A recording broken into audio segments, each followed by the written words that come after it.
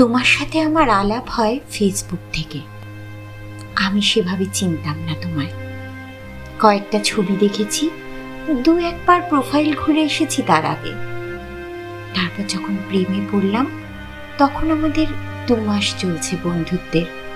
যদি বোঝাতেই হয়, গোটা 5 প্রোফাইল পিকচার, গোটা 10-12 কভার আর প্রায় 100 খানেক পোস্ট। এই ছিল আমাদের সম্পর্কের টাইম লাইন। তুমি ছেড়ে গেছো যে কদিন হলো, তারও একটা টাইম লাইন আছে। ওই গোটা 3 প্রোফাইল পিকচার, গোটা 6 কভার আর ধরে নাও গোটা 50 পোস্ট। কি অদ্ভুত ভালোবাসা ছিল আমাদের। ছেড়ে যাওয়া, থেকে যাওয়ার টাইম লাইন সব কিরকম পাল্টে যায়।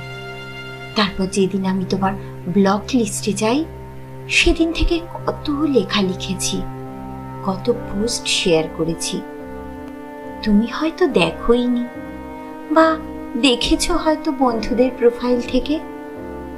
আচ্ছা, কখনো ভেবে দেখেছো এক সময় কত পরিচিত ছিলাম আমরা, কতটা কাছের ছিলাম আমরা, আর এখন আমরা চিনিই না একে অপরকে।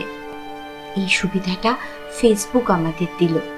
যাকে ভুলতে চাই জোর করে, তার অনিচ্ছায় তাকে তুমি তোমার চোখের সামনে থেকে সরিয়ে দিতে পারো, ব্লক করে দিতে পারো। তারপর আরো কত পোস্ট করতে থাকি আমরা।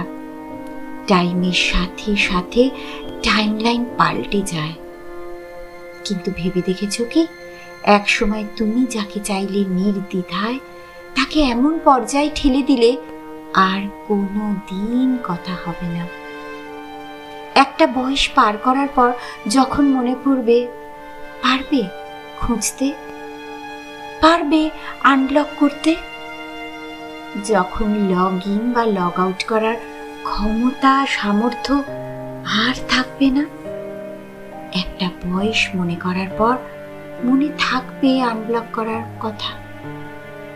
শুধু এইটুকু বলার ছিল তোমায়, ফেসবুক থাকবে তো চিরকাল। সময়ের সাথে সাথে আরো পরিণত হব আমরা, কিন্তু এই জগতে আরো পুরনো হতে থাকবো।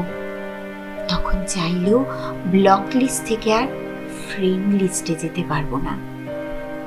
জীবন এরকমই, ছেড়ে যাও যদি তুমি চাও, থেকে যাও যদি তুমি চাও, ভুলে যাও যদি তুমি চাও।